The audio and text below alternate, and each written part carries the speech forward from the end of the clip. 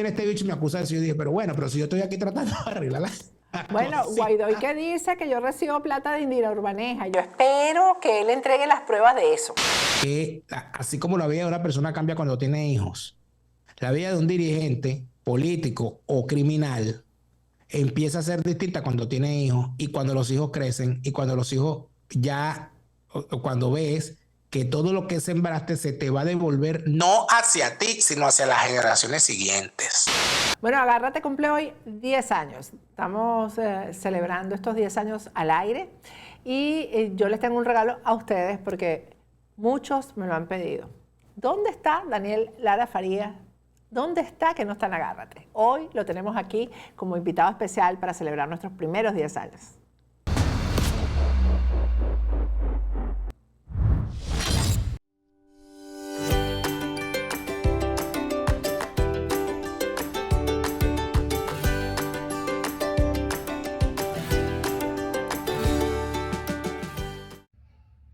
Mi querida Patricia, no sabes la alegría que tengo de que estemos celebrando los 10 años de Agárrate, haberlo mantenido con esa constancia, con ese trabajo de investigación que te ha permitido tener cada vez más seguidores.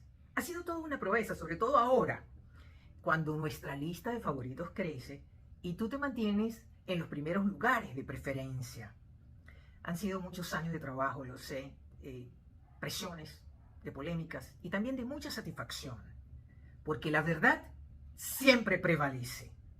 Y tú has consagrado tu vida por la verdad y la libertad. Tú, Patricia, seguirás siendo siempre mi reportera favorita, que no desmaya ni claudica. Así que adelante y muchas felicitaciones.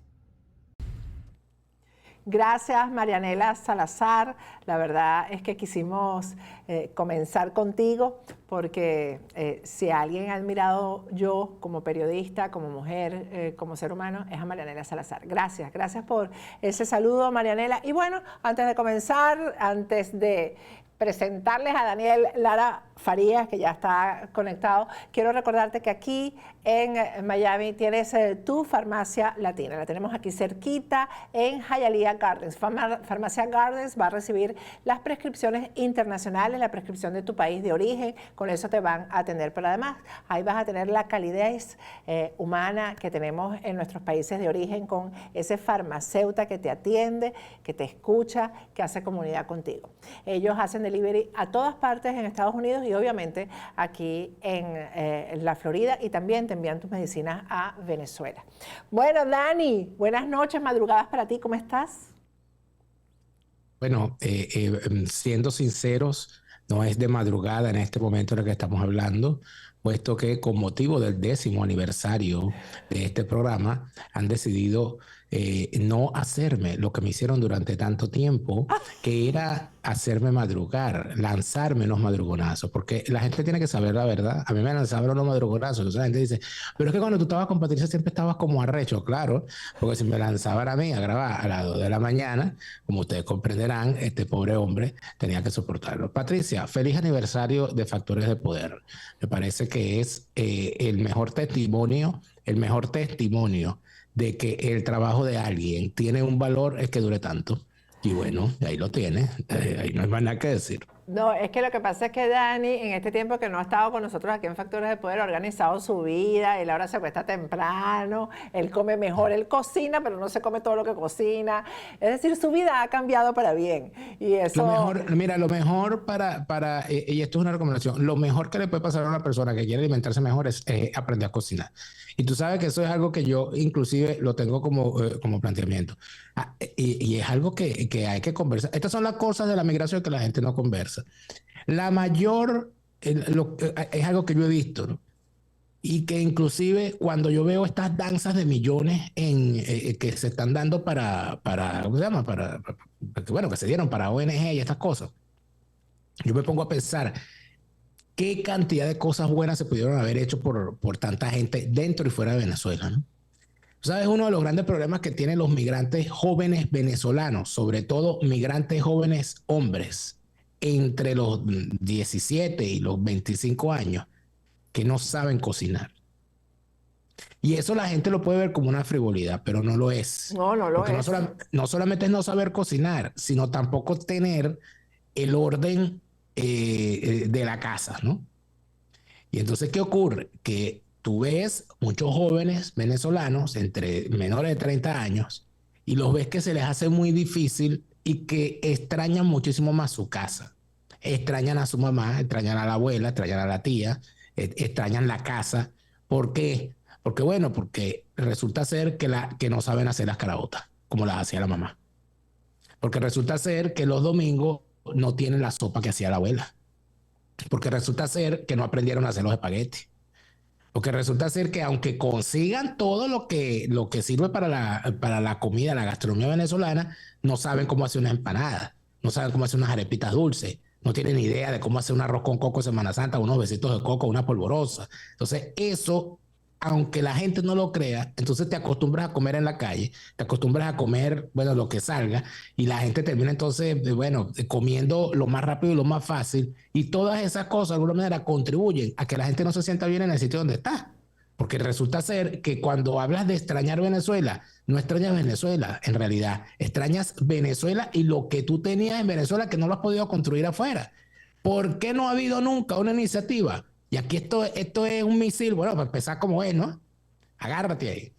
¿Por qué no ha habido ninguna iniciativa de ninguna de estas organizaciones que dicen ser representantes de los migrantes vinculadas a la educación, a la formación, a ayudar a esos jóvenes migrantes que no lograron terminar el bachillerato o que a trancas y barrancas terminaron el bachillerato? ¿Por qué siempre se busca a los migrantes cuando hay una campaña electoral, pero no se les busca para preguntarles a los muchachos si necesitan ayuda en cómo saber administrar un hogar? ¿Sabes lo que significa administrar un hogar? Administrar tu casa, que la casa esté limpia, esté ordenada, que la comida esté ordenada, saber qué comprar, cuándo comprar, en qué tamaño, en qué cantidad, cómo cocinar, en qué momento cocinar para tener todo y combinar trabajo, cocina, horario, tiempo libre. Lamentablemente no. Aquí para lo que te llaman el palma un comandito. Bueno, y así estamos. Sí, bueno, yo confieso que cuando llegué al exilio, que ya se van a cumplir 20 años, Dani, yo no sabía hacer arepas. Porque a mí me hacían las arepas en Venezuela, o sea, yo nunca las hice. Y recuerdo que llamé a la abuelita de Germania, a mi suegra, y por teléfono ella me fue explicando cómo hacer las arepas, porque yo no sabía. Tú sabes que voy a hacer una infidencia aquí, porque como está de aniversario, esta infidencia. A mí hubo una persona que me dijo esto, y voy a decirme, Alejandro Marcano, me dijo esta palabra, me dijo, mira, las mejores arepas que yo me he comido en la vida son de Patricia Poleo.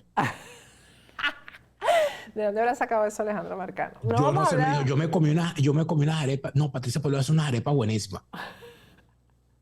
Pues las aprendí a hacer aquí en el exilio. Bueno, pero entonces eso es importante. O sea, imagínate ese tipo de cosas. Yo jamás en la vida, hay una cosa sobre todo en el estado Vargas, ¿no? Y en la costa. ¿Tú sabes lo que significa tomarse una fosforera? Sí. Bueno, yo me tomaba una fosforera muy buena que hacían en el muelle pesquero de La Guaira, conocido popularmente como El Moquero, que lo hacían en un kiosco donde, por cierto, uno de los que trabajaba era mi operador en la radio, en Radio Caracas, el Negro Bururú. Y bueno, la fosforera no iba a ser, no lo hacía en su casa. Ah, bueno, ahora tienen que venirse a tomar, que yo soy el que hace la mejor fosforera de Alemania. Al Mosquero iba Marianela, tú sabes, hablando de Marianela Salazar. ¿Ah? Probablemente la única fosforera de Alemania. Pero esas cosas, no, eso no son frivolidades. Eso no son frivolidades. Pero ¿cómo va a ser una frivolidad? Eso forma parte de la integración y eso forma, fíjate tú, una cosa, esto me lo decía mi amigo Jan, allá le mando un saludo a Jan, allá en California, me decía, mira, muchas de las tradiciones, inclusive de las tradiciones gastronómicas del venezolano, están quedando en manos de los exiliados. Trabajas duro para sacar a los tuyos adelante. Buscas un mejor porvenir aunque carezcas de estatus migratorio. A veces, una nueva vida en los Estados Unidos es dura, llena de cambios drásticos, adaptaciones e incertidumbres legales. Yo he estado allí. Pero ahora, como abogado de inmigración y ciudadano de este país, mi propósito es ayudarle a usted y a su familia a alcanzar sus metas en esta gran nación y convertir el sueño americano en su realidad hoy mismo. Porque lamentablemente la mayoría de los venezolanos dentro de Venezuela no tienen capacidad económica o posibilidad logística de hacer muchas de las cosas que normalmente se hacía. Y ahora en diciembre, yo recuerdo que yo comenté esto en mi programa y hubo muchísima gente que me escribió y que me dijo que no pudieron hacer hallacas, no por no poder comprar los ingredientes, sino porque había una gravísima crisis de gas. porque nos quedamos solos aquí, entonces yo voy a hacer 2 hallacas nada más, yo preferí comprar una hallaca para mí, para mi esposo, o comprar una hallaca nada más para mí, tal.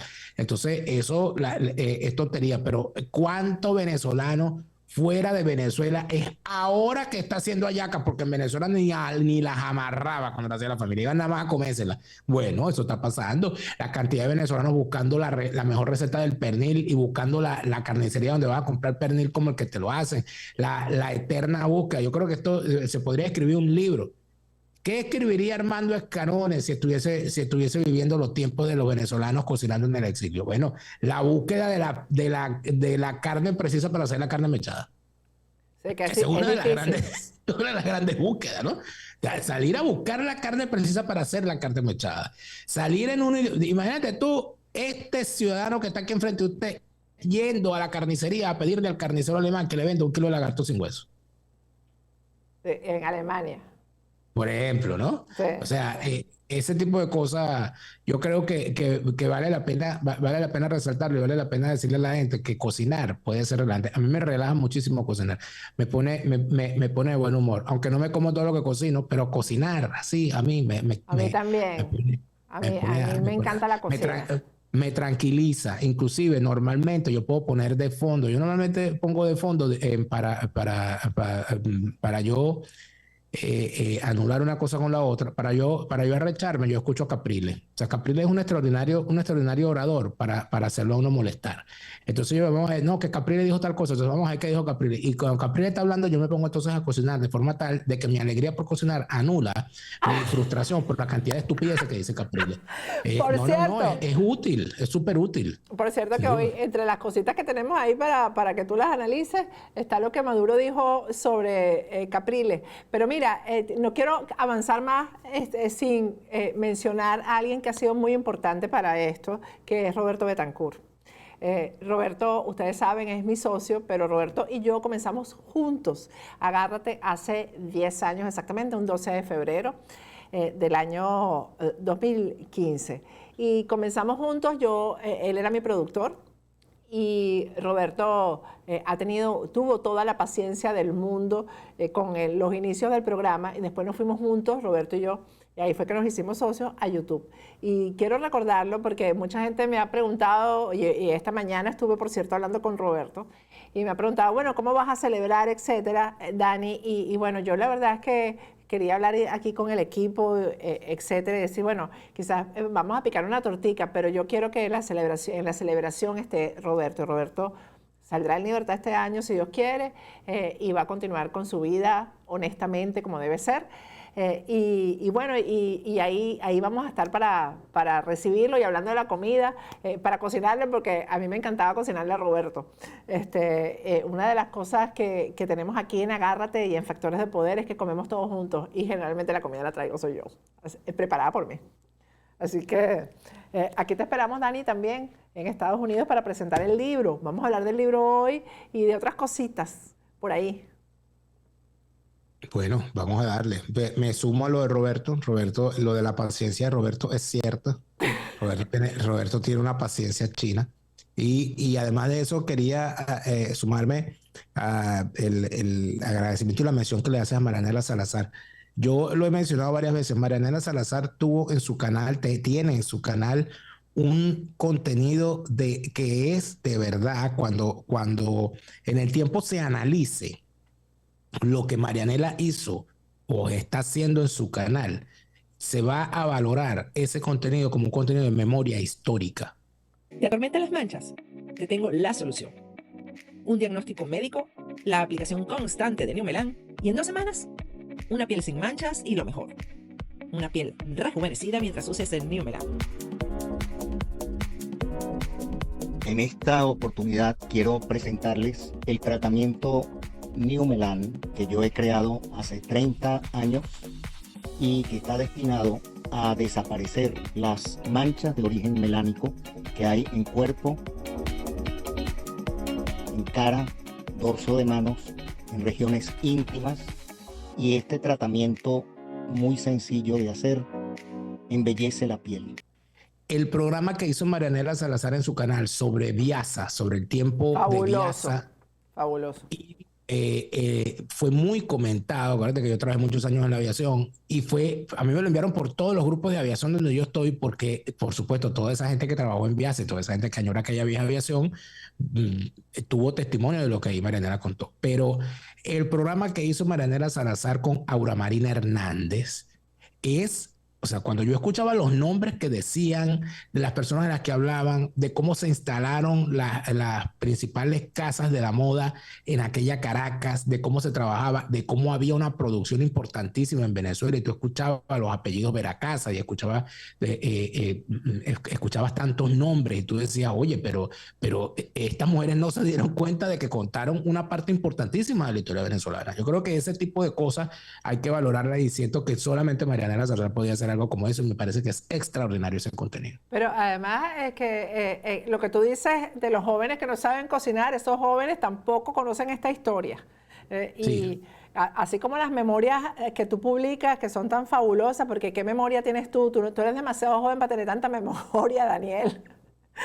Empezaste muy chiquito, yo siempre digo eso, porque la memoria tuya y los trabajos que tú haces que tienen que ver con la memoria del país son realmente un documento, son fabulosos. Mira, y ahora, entonces ya este es tu segundo libro. Sí. Yo te estaba preguntando y me dijiste que te lo preguntara al aire, porque obviamente los azules ya sabemos quiénes son, los rojos, más que obvio, pero estos negros, ¿quiénes son? Fíjate. Una mesa de tres patas es mi segundo libro. El primer libro es Fiesta con Piñata. Una mesa Fabuloso de tres, Fiesta con Piñata. Claro, cuando yo empecé a escribir, cuando yo decidí que tenía que hacer un libro y arranco con Fiesta con Piñata, en determinado momento me doy cuenta de que era demasiado largo lo que yo estaba escribiendo, porque estaba intercalando un relato histórico y un análisis con respecto a esa historia, con unas anécdotas que entre ficción y realidad, o con adaptación de determinadas historias reales, estaba armando. Entonces yo decidí que, siendo eso tan largo, lo mejor y lo más útil era seleccionar todo lo que eran las historias, digamos, las anécdotas, el anecdotario, para Fiesta con Piñata, y dejar el análisis histórico para un segundo libro, y así nace la trilogía Ajustes de Cuentas con la Politiquería Venezolana.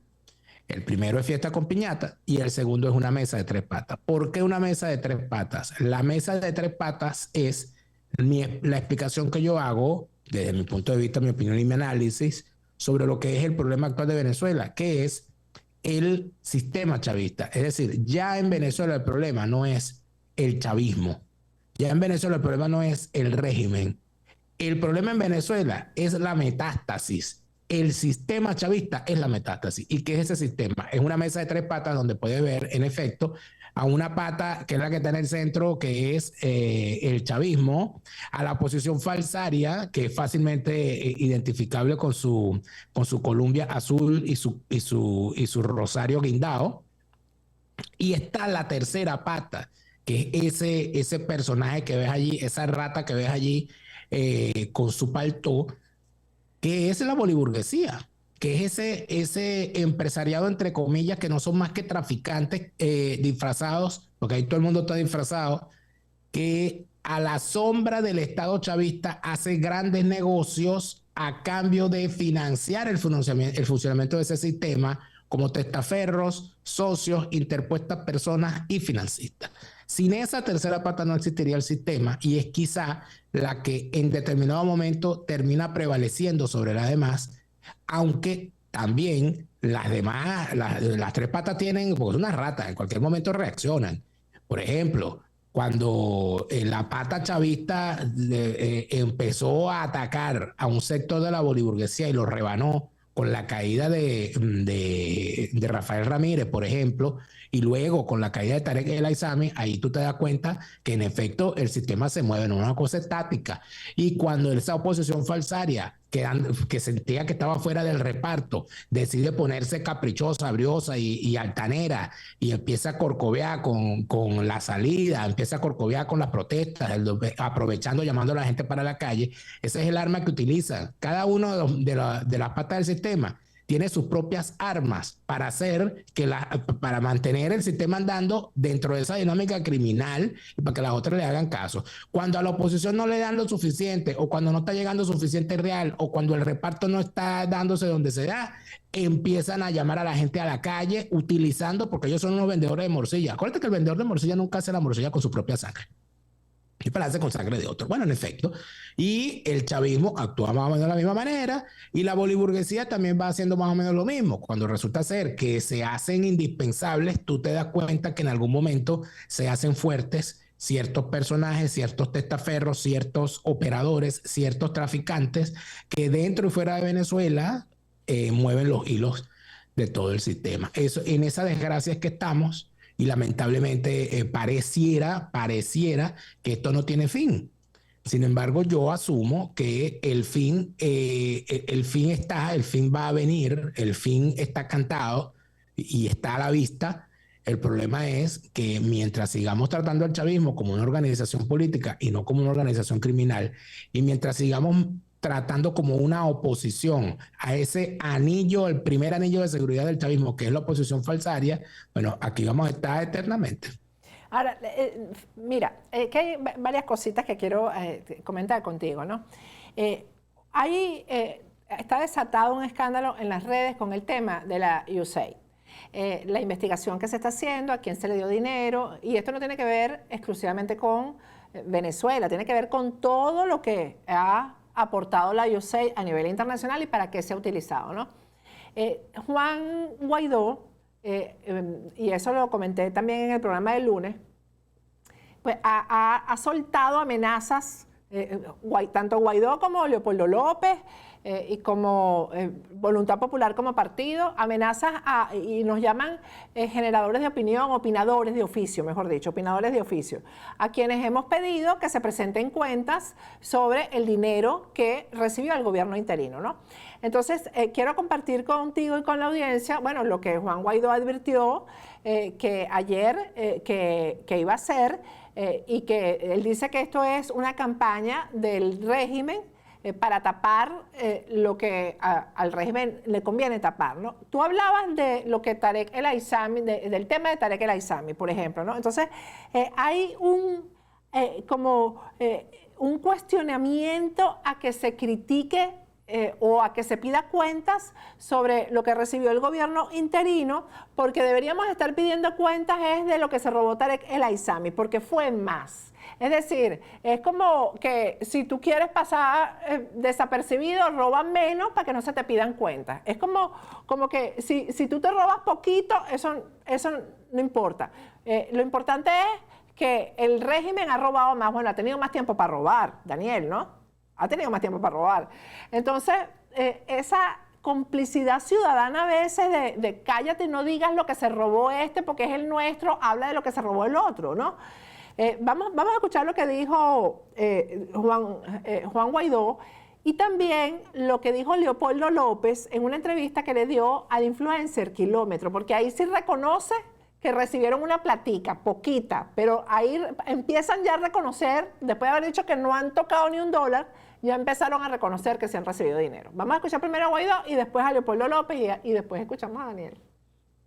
Seguramente han visto cómo la dictadura promueve el discurso de odio y la desinformación esta semana. No es casualidad. Lo hacen porque logramos que el Tren de Aragua y el Cartel de los Soles, que ellos dirigen, fueran designados como grupos terroristas. Y, por supuesto, que eso tiene consecuencias directas para ellos. El régimen siempre ha usado el discurso de odio y el resentimiento como su mejor arma. Me le echan gas del bueno y me lo meten preso. Lo usaron para llegar al poder. Y hoy lo usan para atacar quienes los enfrentamos directamente. Aquí tiene su celda preparada, Juan Guaidó. ¿Por qué te llenan de desinformación? Porque quieren que hables de cualquier cosa menos de que se robaron la elección el 28 de julio, que dieron un golpe de Estado, de la crisis humanitaria que ellos generaron, de la crisis migratoria en que usan como arma, de las sanciones al Tren de Aragua y al Cartel de los Soles, de la corrupción que ellos generaron y que destruyó el país. El discurso de odio y el resentimiento consume rápido, lo hace como el fuego. Es fácil encender mentiras, colocar chispas de desinformación, pero difícil de apagar. Y cuando arrasa con todo, reconstruir es mucho más difícil. Nosotros debemos hacer lo contrario. Debemos combatir la desinformación con la verdad. y enfrentar el odio con justicia.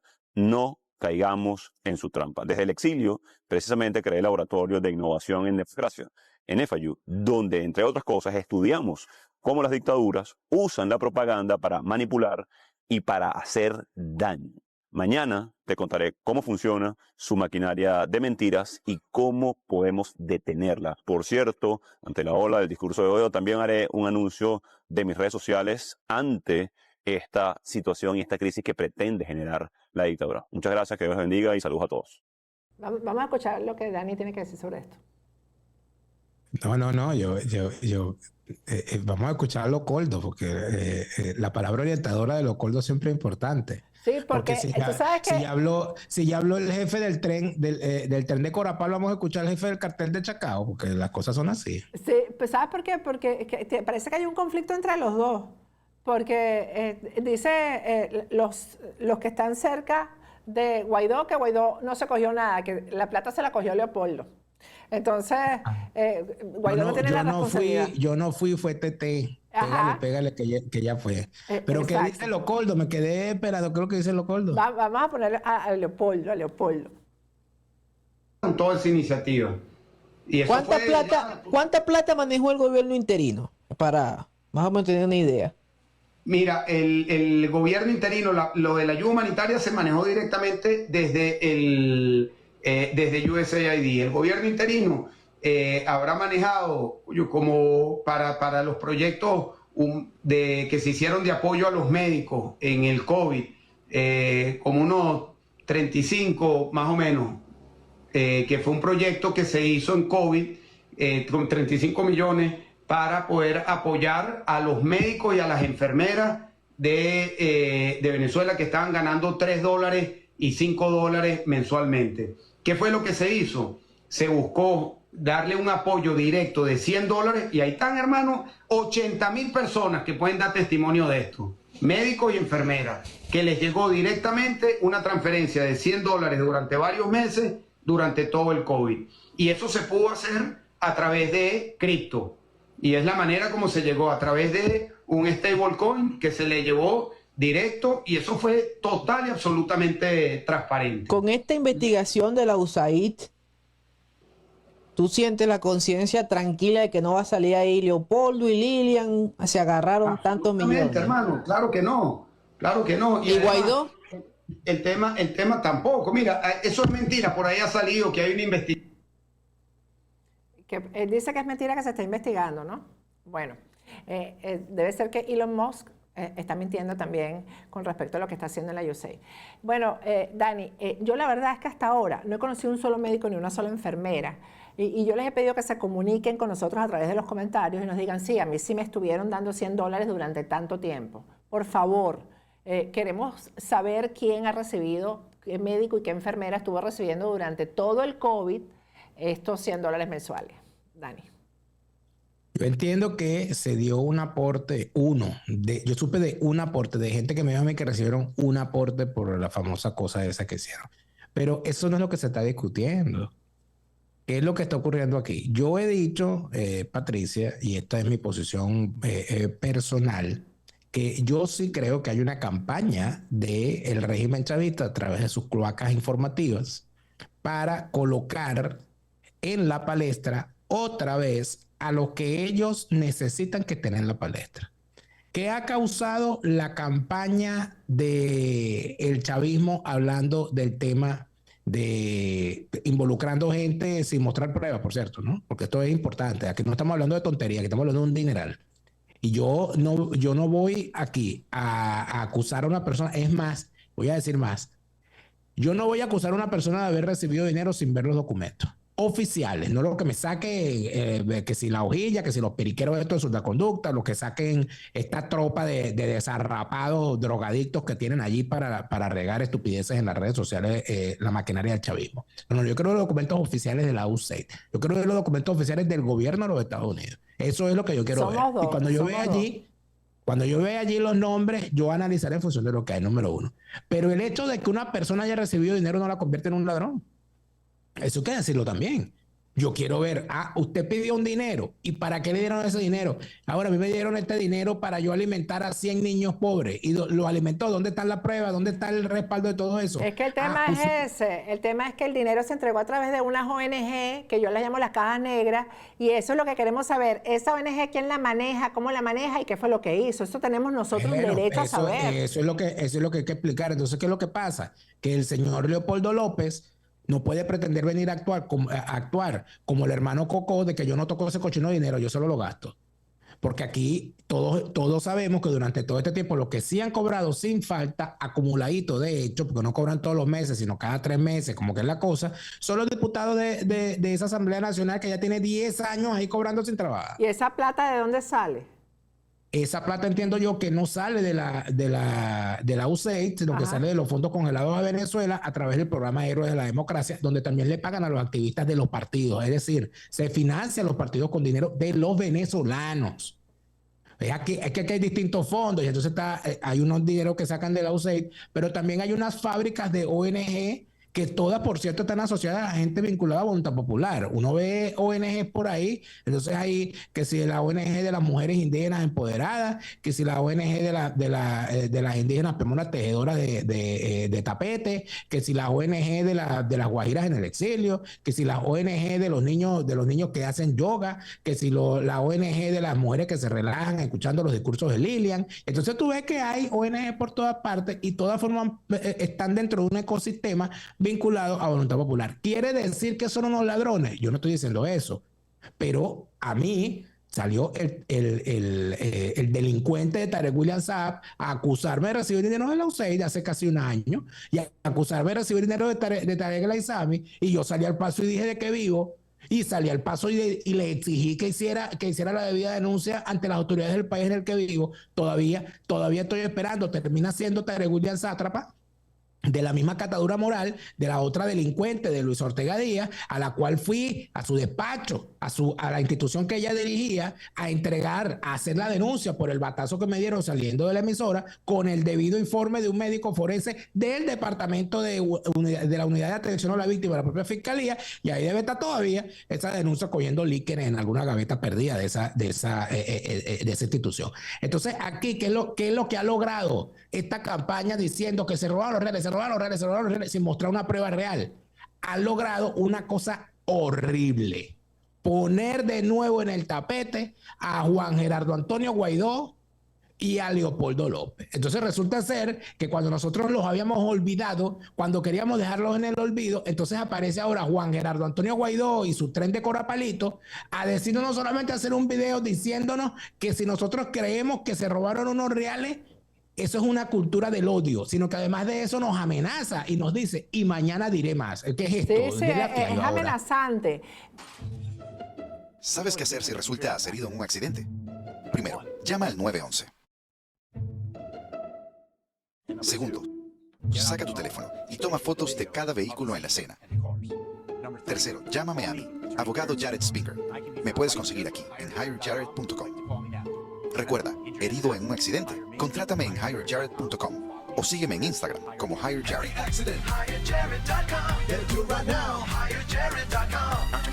No se puede dejar de lado, con toda la defensa que él haga, sin dinero, con dinero, como sea. Lo que no se puede dejar de lado es que esos señores cambiaron su forma de vida a partir del momento que llegaron a diputados. Exactamente. Es que yo vivo aquí en Estados Unidos y yo sé, el día que yo no trabajo, ese día me pasa factura económicamente, por decirlo de alguna manera. Es un día que no me ingresa dinero de YouTube, es un día y yo sé lo que cuesta vivir en este país. Yo tengo 20 años en este país.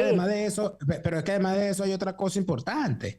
Que fíjate, y por supuesto yo vine a hablar de mi libro, pero fíjate tú lo siguiente. En mi libro yo hago el acopio de que el chavismo y el sistema chavista no es otra cosa que la fase de putrefacción de lo que teníamos antes, que lamentablemente no se depuró.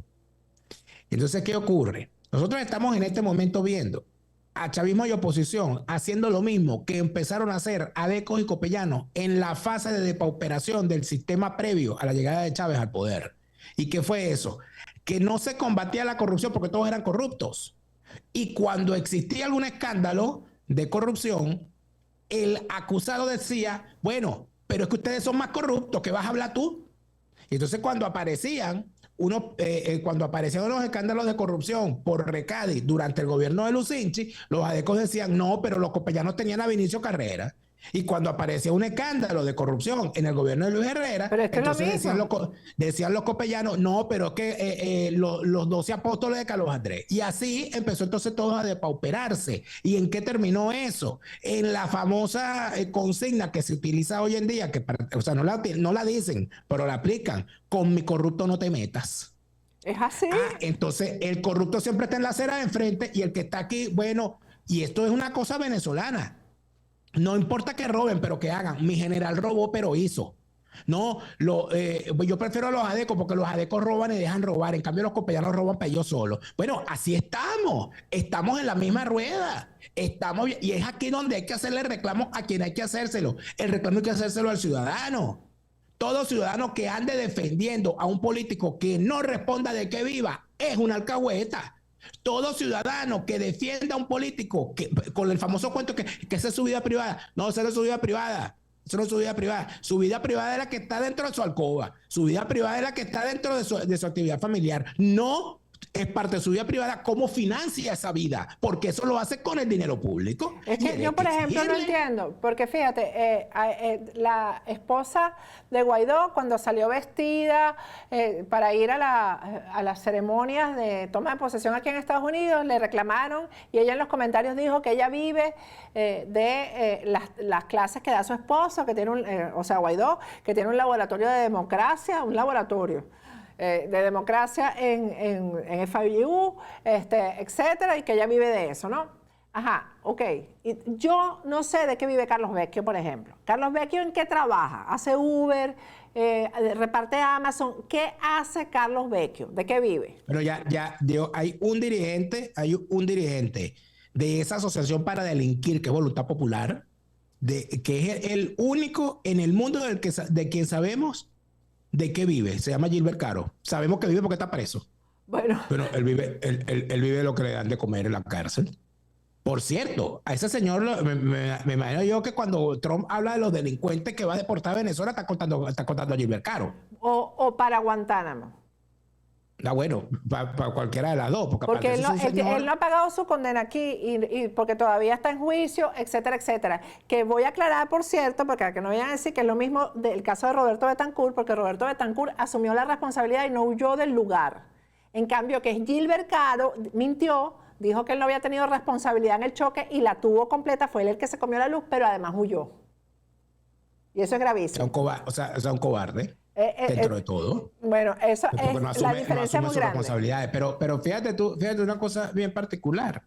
Ellos dicen que viven que tienen si él tiene un laboratorio, me imagino que estas ratas estarán en ese laboratorio. Eso te iba a decir, yo te lo iba a decir, que si era con estas ratas que investigaban en el laboratorio, que experimentaban. Hay otra cosa particular, que tampoco se puede dar de lado, y no es que uno la tenga agarrada, ni mucho menos. Pero aquí se nos olvida que la señora María Corina Machado Parizca, primera de su nombre, última de su estirpe, brillo luminoso de su linaje, rompedora de madre de los dragones y libertadora sin libertador, dijo hace 2 años que ella iba a participar en un proceso de primarias no para ser candidata presidencial, sino para renovar el liderazgo opositor. De eso quiero que hablemos, porque yo te voy a decir... esa no fue la promesa de ella, yo me estoy equivocando, esa fue su promesa. Dani, y tú tienes que confirmar esto que yo voy a decir, que lo he dicho varias veces. Cuando todo esto empezó con María Corina Machado, yo dije que yo esta vez no iba a cargar con el odio y que cargaras tú solito con todo el odio. ¿Te lo dije o no te lo dije? Te dije, dedícate tú a cuestionar, criticar, etcétera, porque yo no lo voy a hacer. Piense lo que piense, no lo voy a hacer. Porque dije, esta vez no quiero el odio que me cargué con el gobierno interino para que después todo el mundo dijera, ay, tenías razón, Daniel también tenía razón. No sé qué. Entonces dije, Daniel, carga tú con tu odio, ¿no? Pero yo estoy indignada. Estoy indignada de unas declaraciones que... Magali, se llama ella, Magali. ¿Cómo se llama la jefa de campaña? Magali Meda. Le dio a Nitu Pérez Osuna y a Orlando Avendaño.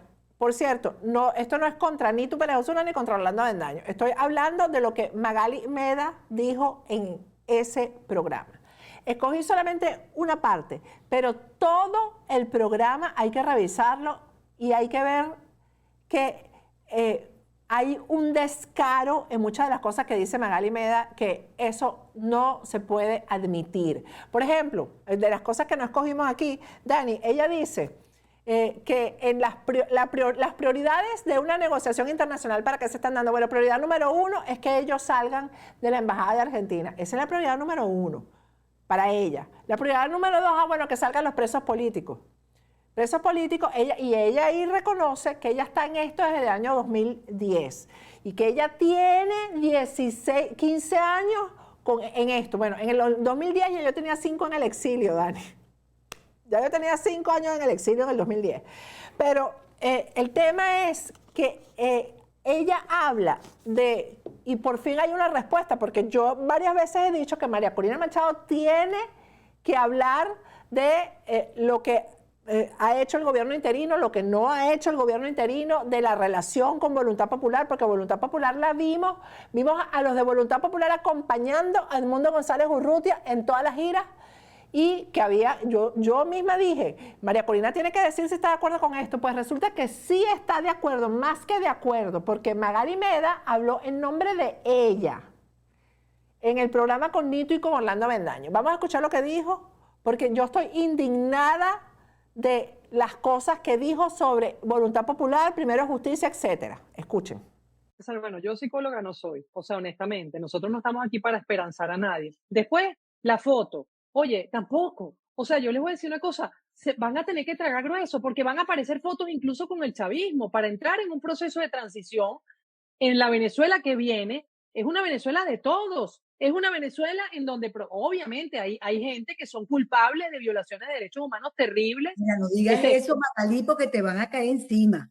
Pero no me importa, Nito, mira, Nito. No me digas que va a estar Nito, ay, que se tomó una foto con fulano de tal y ese tipo yo lo detesto. Bueno, ¿sabes qué? No veas la foto, síguela, porque lo importante es lo que está haciendo Edmundo. Lo importante es lo que está haciendo María Corina. Lo importante es lo que está haciendo todos los partidos de la unidad, coño. O sea, yo te voy a decir una cosa, el pellejo que está dejando aquí PJ, Juan Pablo Guanipa, María Beatriz, todo el equipo, Adriana Pichardo, todo el equipo de Voluntad Popular, todo el equipo de Viallo Pilieri, de Elsa Solórzano, todo el equipo de Andrés Velázquez, la Causa R con toda su gente, todo el equipo de Acción Democrática, todo el equipo de COPEI con Roberto Enrique, todo el equipo de Antonio con ABP, todas esas organizaciones que vienen de la izquierda. Hay reuniones semanales que se reúnen los equipos con toda esa gente articulando, y el empeño que tiene María Corina de cómo enfrentar esto y cada paso, cómo se va conquistando un poco más de ese proceso de, obviamente, reencontrarnos con la democracia. O sea, Daniel, Henry Ramos Alum está dejando el pellejo aquí, pues es Acción Democrática, ¿no? Pero sí, Voluntad Popular también está dejando el pellejo. Ya a estas alturas él es puro pellejo, eso lo sabemos. Pero más allá de eso, yo lo que me pregunto es, ¿no? Si a ella no le importan las fotos, o sea, la foto es con cualquiera. Bueno, fíjate tú. Sería bueno preguntarle si a la señora le parecería bien tomarse una foto con este personaje. No, es que lo dijo, para que sepas. Hay que ver el programa completo. Ella dijo que vendrán fotos con chavistas y todo eso. Bueno, usted se va a tomar la foto con este narcotraficante, señora. Déjalo Magali ahí, Meda, para salir de la embajada. Bueno, ella dijo que venían fotos con chavistas también, que todo eso viene. Todo eso viene. Bueno, entonces hay que esperar que usted se tome la foto con este personaje. Eso es lo que hay que esperar. Porque si, y entonces a mí lo que me llama muchísimo la atención, yo debería dejar esto aquí permanentemente. Estoy pensando dejarlo ahí atrás para que me recuerden siempre esa banda de drogadictos en recuperación que tienen la Granja Oasis Diosdado Cabello para su programa con el Narco Dando, para que recuerden siempre para quién están trabajando y cuánto vale esa cabeza, ¿no? Pero lo que yo me planteo es lo siguiente: ¿por qué esta gente tiene ese afán por querer perdonar a los chavistas, pero a un opositor que los critica lo mandan a fusilar? Si pudiera lo mandaran a fusilar. Exactamente. Entonces, ¿cómo pretenden ellos que se les crea?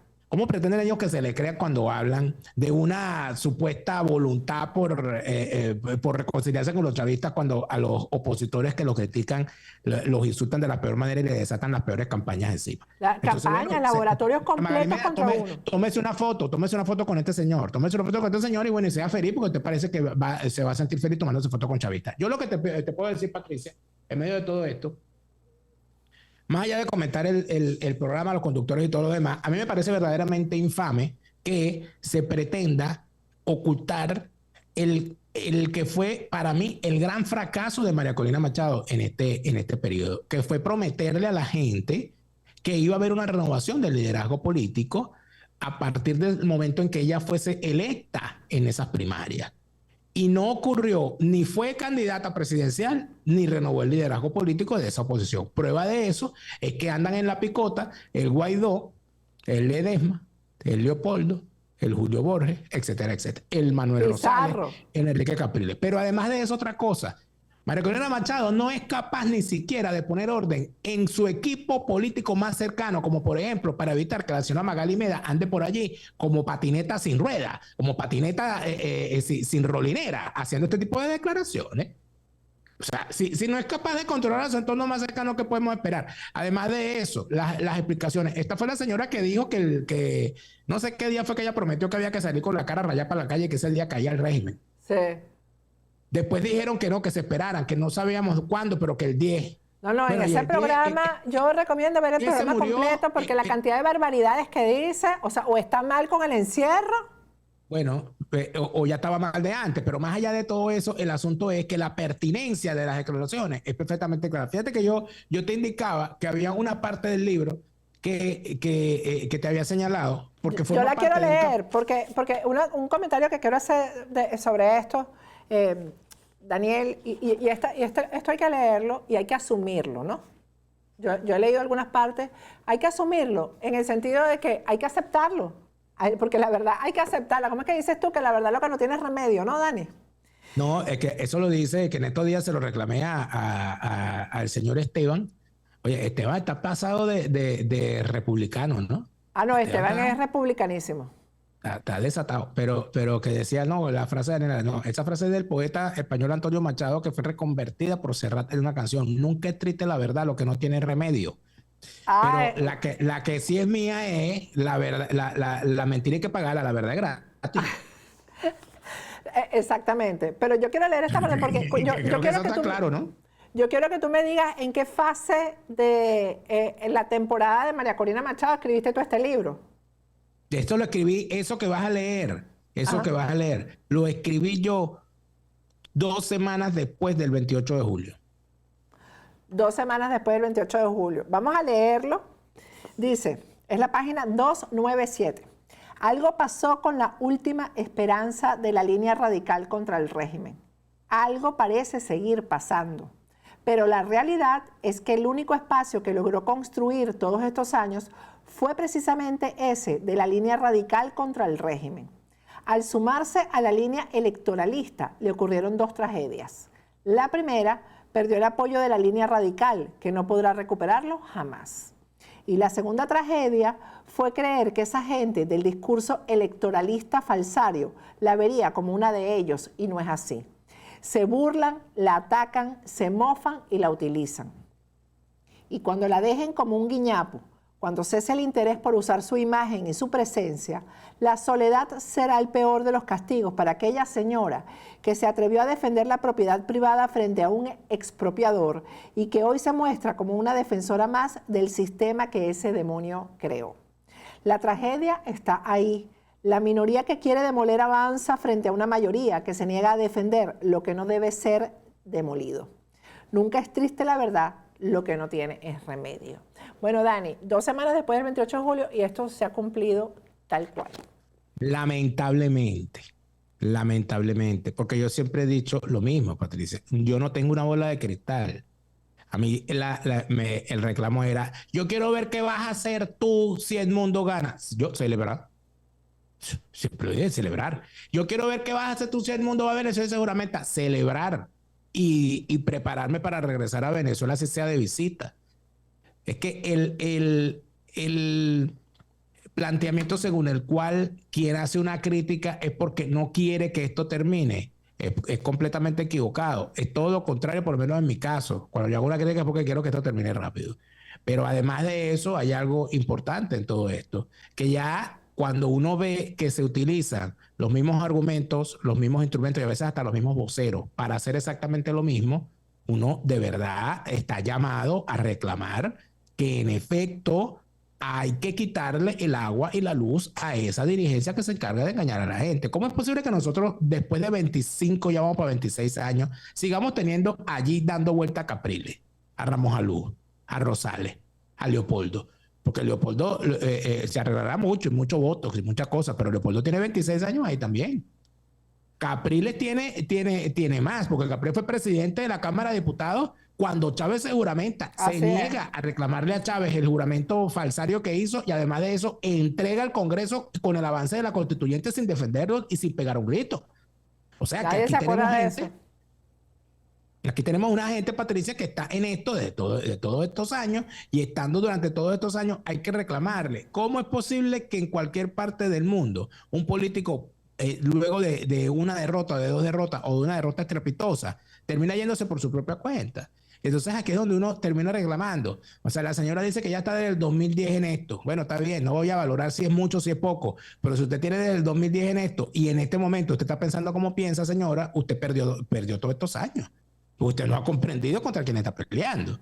Ahora, ¿cómo analizas tú que va a ser la salida de esto, Dani? O sea, ¿qué tiene que hacer María Corina o qué debería hacer ya en este momento? Porque Magali Meda dice porque cuando yo digo Magali Meda se dice María Corina, porque María Corina, ella es la vocera de María Corina, la jefa de campaña, etcétera, etcétera. ¿En qué puede terminar esto? Mira, a mí sinceramente, y no es por maldad ni mucho menos, pero a mí sinceramente el destino, no por María Corina ni por Magali Meda, a mí me parece que el encierro de Magali Meda y de las personas que están allí adentro en esa embajada es completamente ilegal, es una infamia. Además de eso, es una violación del derecho internacional. Claro. Me parece que el encarcelamiento del joven Juan Freite, que estuvo aquí en este programa y que tiene 1 año preso, que era el jefe del partido de María Corina en el estado Vargas, al cual conozco desde que yo estaba en Venezuela, ya él estaba en esa organización. Un muchacho que, además de eso, es completamente inocente de toda la realidad que la están acusando y que se encuentra preso desde hace 1 año. Yo considero que, independientemente de que tenga una posición completamente distinta a la que él tiene, esa prisión es completamente infame e ilegal, como lo es la del abogado Perkins Rocha, al cual lo tienen allí depositado sin siquiera poderse comunicar con su familia, como lo es el encarcelamiento del periodista Luis López del estado Vargas, que es uno de los periodistas más conocidos del estado Vargas, con una trayectoria, bueno, de años, de décadas, y que también lo tienen preso acusándole de una cantidad de delitos. Todo eso a mí me parece que es una infamia, y a mí me parece que esas víctimas deben ser liberadas. Ahora, el destino de los dirigentes, a mí me parece que no es lo importante en este momento. El problema en este momento es qué va a hacer el ciudadano. ¿Qué va a hacer el ciudadano? ¿Va a ejercer su rol de ciudadano o va a seguir siendo tratado y va a permitir que se le trate como un borrego? Y cuando hablo del ciudadano, no hablo solamente del que salió masivamente a votar por Edmundo González Urrutia. No hablo solamente por el que salió a tumbar las estatuas en la madrugada del 29 de julio. Hablo por los que se han recogido. Hablo por los que se han quedado callados. Y hablo también por aquellos que aún sienten que tienen algo que defender en el chavismo. Porque la gran pregunta en todo esto es, y yo lo he dicho una y otra vez, si el chavista, el jerarca del chavismo se monta en un avión y se va, ahí no cabe ese poco de gente. Hay un poco de gente que se queda. ¿Dónde está el valor del ciudadano en todo esto? ¿Qué pasa si todo se normaliza y resulta que le quitan todas las sanciones al chavismo y todo aquello y deportan un poco de gente para Venezuela, etcétera, etcétera? ¿Se arregló el problema con eso? ¿De verdad son capaces de generar un estado positivo donde el ciudadano no sea un rehén dentro de su propio país? Esas son preguntas que nadie responde, y aquí todo lo quieren resolver entonces con un llamado electoral y con un llamado al diálogo. Estos delincuentes no se van a regenerar. No existen ex narcotraficantes, no existen ex torturadores, no existen ex violadores de derechos humanos. Esa mancha no se borra. Y en tal sentido, cuando uno escucha a dirigentes opositores, pseudo dirigentes opositores, opositores falsarios diciendo que hay que darle besos, abrazos y arrumacos a esos personajes, en principio yo les creo que son capaces de hacerlo, porque lo hicieron con Rodríguez Torres, lo hicieron con Luis Ortega Díaz, lo hicieron con Ismael García. Claro. Lo hicieron con Cliver Alcalá. Con esos personajes. Sí.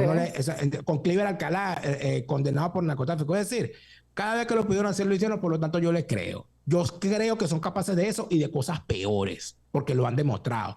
Pero el gran planteamiento es el siguiente, ¿y el ciudadano de qué va a ser capaz? Yo siento, Patricia, y lo he dicho y lo he plasmado en mi libro y lo digo una y otra vez, yo siento que el chavismo es irrecuperable. Pero cuando digo que es irrecuperable, no me refiero a que solamente a su carácter criminal, sino también a su capacidad de sobrevivir. El chavismo no va a durar toda la vida. Por supuesto, yo no sé cuánto tiempo va a durar. Yo no sé si esto se acaba mañana, el año que viene, dentro de 10 años, no lo sé. Pero lo que sí veo es que hay unas señales obvias, por cierto, de un desgaste de esa estructura que al fin y al cabo va a ser insostenible. Y el principal carácter que veo yo allí es el tema del relevo. El chavismo es incapaz de generar relevo. Ah, ¿y la oposición? Porque la oposición es un apéndice del sistema. Cuando tú es una señal clara. Entonces, ¿con qué se sustituye el chavismo? ¿Con qué se sustituye el chavismo? Pero es que, un momento, me estoy refiriendo al chavismo internamente, al régimen chavista. Cuando tú ves que no puede, o sea, ¿quién dejó a Maduro en el poder? Chávez, porque Chávez tenía el poder de decir, con Maduro. Chávez tenía el poder de pararse en una tarima y decir, ustedes dicen la cava, yo digo Ameliach y es Ameliach. Y se cumplía. Maduro no tiene ese poder. Maduro tiene el poder de decir, si algo me llega a pasar, voten por Nicolásito, o voten por Cilia, o voten por el sobrino de Cilia. Yo no sé si lo tiene, yo creo que no. Pero además de eso, creo que Maduro, en todo caso, no va a actuar de esa forma como actuó Chávez para generar una sucesión, porque sabe que no lo puede hacer. Y el grave error que se ha cometido es pensar que Maduro es bruto porque habla como un animal, que lo hace. Pero eso no quiere decir que su audacia no le haya permitido permanecer en el poder el tiempo que ha permanecido. ¿Dónde veo yo y dónde siento que hay que ver las cosas en el futuro del chavismo? Aquí cada vez que hay un llamado a esos certámenes electorales, siempre se piensa en función de la oposición, de los espacios que le va a quedar a la oposición y de los alacranes. Pero ¿por qué no vemos lo interno del chavismo cada vez que ocurren estos certámenes electorales? ¿Por qué no vemos que cada uno de esos certámenes electorales son utilizados por el chavismo como una herramienta de purga interna? En cada certamen electoral, el chavismo purga un gentío. Sobre todo en estas cuestiones de Asamblea Nacional, alcaldías y gobernaciones. Porque cuando usted ve que le permiten con ese sistema fraudulento a un opositor llegar a una gobernación o a una alcaldía, es porque allí le quitaron el chupón, le quitaron el tetero y dejaron sin enchufe a un chavista. ¿Por qué? ¿Por qué ocurrió eso? ¿Por qué ocurrió lo que ocurrió en Barinas? Que va a volver a ocurrir, porque yo creo que todo eso... Porque la DECO llegó en un caballo blanco con una silla colorada y 4 patas y tal, y ahí sí, y agarró y ganó. No, porque había que sacar los Chávez del juego, y lo sacaron. Punto. ¿Por qué se le entregó la Asamblea Nacional a la oposición en el 2015? Ay, porque la oposición era mayoría y logró demostrar y tal, no sé qué. No, porque la mayoría de los candidatos que el chavismo llevaba a la Asamblea Nacional no eran candidatos de Maduro, eran candidatos de los gobernadores que había dejado Chávez, de García Carneiro, de Mata Figueroa, de Rangel Silva, de Rangel Gómez, de toda esa estructura que había dejado Chávez. Y a Maduro no le convenía dejar a esa gente viva porque sabía que contaba más con la oposición falsaria que con unos chavistas que no le respondían a él. Entonces, cuando uno ve cómo avanzan y cómo lo van haciendo y cómo van rebanando, yo lo que creo es que los principales preocupados con respecto a la permanencia del chavismo en el poder son los propios chavistas, porque saben que dentro del chavismo no tienen vida futura. En el chavismo para morirse de viejo es muy complicado. Es muy complicado morirse de viejo en el chavismo. Y cuando tú le ves las caras, como las que vimos el día... yo de vez en cuando veo la toma de posesión, esa chusca que hizo Maduro el 10 de enero. Porque como era en un salón distinto, con una iluminación distinta y con un espacio distinto donde no había tanta experiencia en donde poner la cámara para que no se vieran las cosas, cuando tú ves los rostros, los perfiles, cuando tú le ves el perfil a Tarek William, cuando tú le ves el perfil a Nicolásito Maduro, cuando tú le ves, bueno, ni hablar de Cilia Flores, porque si hablamos de Cilia Flores no terminamos hoy. Tú te das cuenta que en efecto el tiempo ha pasado y que las cosas están pasando y que no tiene forma de relevar. ¿Cuál es el nuevo cuadro fulgurante del chavismo para vender para el futuro? ¿Cuál es? Aquí se habla de Maduro y se habla de Diosdado. Diosdado y Maduro, Maduro y Diosdado. Y el cuadro, bueno, los Rodríguez y Padrino López. Y Padrino, es lo que te iba a decir, Padrino López, que Padrino López tenga tanto tiempo ahí como ministro de la Defensa, eso significa mucho. No cuentan con más nadie. Pero, ¿y tú crees que Padrino López, porque vamos a una cosa, toda esta gente está por encima de las 6 décadas. O sea, Maduro entiendo que cumplió 60 años. Entonces él va a gobernar 6 años, son 66 años. O sea, esta gente, ellos creen que ellos de verdad esto es eterno y con todas esas sustancias que esa gente consume, de verdad la vida le va a dar para tanto. Entonces, el asunto en realidad es mucho más complejo. Y con esto no estoy queriendo decir que hay que confiar en que venga la pelona y se los lleve a todos. No, el asunto está en lo que les genera a ellos el saber que no son eternos. Lo que les genera a ellos el saber que el poder no es para siempre. Y lo que les genera a ellos el saber que no tienen un sucesor ni siquiera familiar. Nicolás Maduro no puede preparar a su hijo para que asuma nada porque la drogadicción no lo deja. Diosdado Cabello no puede preparar a ninguno de los hijos porque, bueno, una quiere ser cantante, el otro no se sabe qué quiere ser, el otro anda por ahí dando vueltas, esos son buenos para hacer triquiñuela de negocio y para vivir en el mundo ficticio de fantasía que su papá les ha construido. Los hijos de Padrino López no lo quieren. Ni la familia. La familia entera está en el país. Entonces allí tú empiezas a darte cuenta que es bastante difícil que se genere un relevo. ¿Cómo se va a resolver esto? Yo creo que esto se resuelve como se resuelve en todas las mafias, a tiros.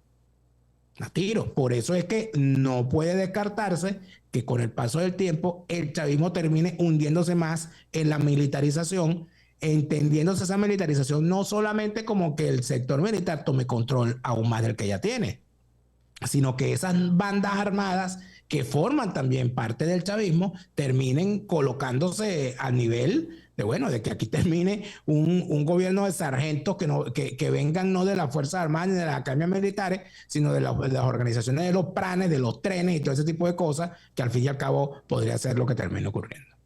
Mira, Dani, y esto me imagino que no es el último, porque es una serie, ¿no?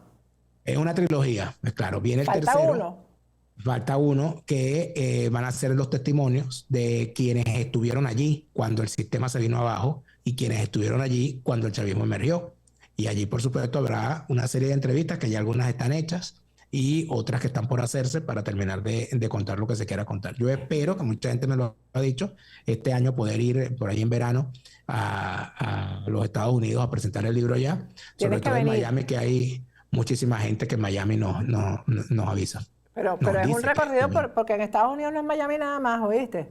Por ejemplo, hay mucha gente... Lo sé, hay muchísima gente que me ha dicho, yo tengo una visita planteada ya porque es así en Atlanta, porque tenemos unos seguidores allá que están... Pero llévame a esa gira, llévame a mí a esa gira, yo te presento.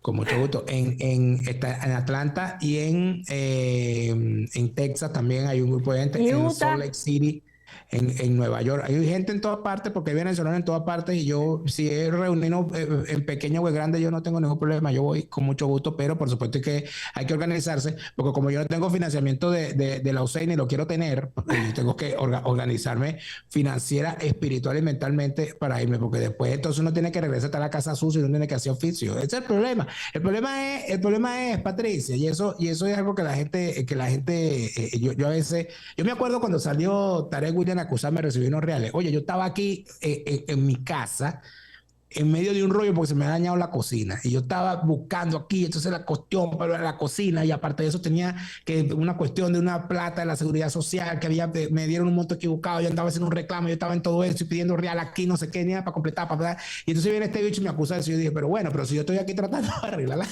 Bueno, Guaidó, ¿y qué dice? Que yo recibo plata de Indira Urbaneja. Yo espero que él entregue las pruebas de eso, de que yo recibo plata de Indira Urbaneja.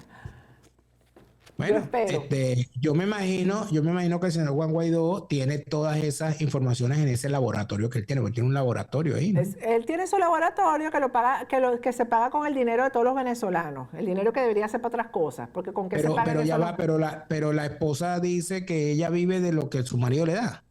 Claro, ella no trabaja. Ella no trabaja. No, ella no trabaja. Ella está dedicada a criar a sus 2 niñas en colegios privados. Bueno. Aquí nadie manda a los hijos a colegios privados.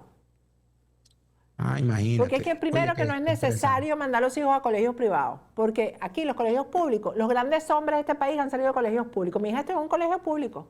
Y después estuvo becada en NYU, que es una de las mejores universidades aquí en Estados Unidos. Y recibió una educación maravillosa en un colegio público. Yo creo que Trump debe haber ido a un colegio privado, me imagino, porque es rico desde chiquito. Bueno, pero no lo sé. Yo creo que además de eso, esta cuestión, en el libro hay un capítulo que se llama sobre eso, sobre el relevo, ¿qué va a pasar con mis hijos? Y eso también es un grave problema, Patricia, tú que tienes hijos lo sabes, que así como la vida de una persona cambia cuando tiene hijos, la vida de un dirigente político o criminal empieza a ser distinta cuando tiene hijos y cuando los hijos crecen y cuando los hijos o cuando ves que todo lo que sembraste se te va a devolver no hacia ti, sino hacia las generaciones siguientes. Y entonces es allí donde empiezan los temores. Y tú que tienes tantos años en el periodismo y que viste tantas cosas en la política venezolana, sabes muy bien lo que significó eso para dirigentes políticos del pasado antes de la llegada de Chávez. El saber que tenían un hijo metido en problemas, una hija metida en problemas, o tratar de salvar lo poco que tenían, de que se metieran con sus hijos para meterse con ellos, o de tener una segunda relación y tener otros hijos y lo que eso significaba. O sea, todas esas cosas al final terminan pasando factura. Por eso que yo estoy completamente seguro que el chavismo se pudre completo y se pudre con todo adentro, incluida esa oposición falsaria. Que así sea. Así es, que así sea. Amén. Bueno, ya saben, el libro de Dani está en Amazon, por supuesto. Es imperdible, hay que comprarlo. ¿En qué tiempo escribes tú, Dani? Que estás todo el tiempo haciendo cosas, documentales, haces de todo y encima escribes. ¿Ya estás escribiendo el tercero? Claro, te dije que ya hay una buena parte y me lanzo a hacer bueno, voy a parar, hay un poco de entrevistas que ya están hechas, pero tengo que parar porque tengo que hacer la tesis doctoral y bueno, y ahí ya hay encima otra. está estudiando, estudia alemán y todas esas cosas y bueno, y aquí tienes es que el uno tiene que libro. mantener el cerebro funcionando, Patricia, porque si uno mantiene el cerebro funcionando, uno entonces termina por ahí haciendo tonterías y vendiendo humo y creyendo en las cosas que mandan por TikTok y todas esas cosas. Por eso es que yo no veo TikTok, yo me dedico a leer, a escribir, a estudiar alemán y a todas esas cosas y a cocinar. Mira, pero hay mucha gente interesada en que a ti te deje de funcionar el cerebro, ¿viste? Bueno, lamento tener que decepcionarlos. Gracias, Dani. Mira, yo tengo aquí mi campanita. Cuando me empiezo a quedar dormido, toco la campanita. Gracias, Daniel. Gracias por este regalo. Gracias a ti por la invitación, Patricia. Muchísimas felicidades. Muchas felicidades por el aniversario, que 10 años se dicen fácil. Y bueno, espero que vengan muchos años más. Gracias, Daniel Lara Farías. Gracias por este regalo también para la audiencia de Factores de Poder, de Agárrate, que estaban pidiendo que Dani estuviera aquí con nosotros. Y gracias a Patty Flowers and Baskets por este regalo tan bello, porque nos iluminó el día de hoy con estas bellezas de flores. Gracias, Patty Flowers and Baskets. Me despido con esto hasta mañana.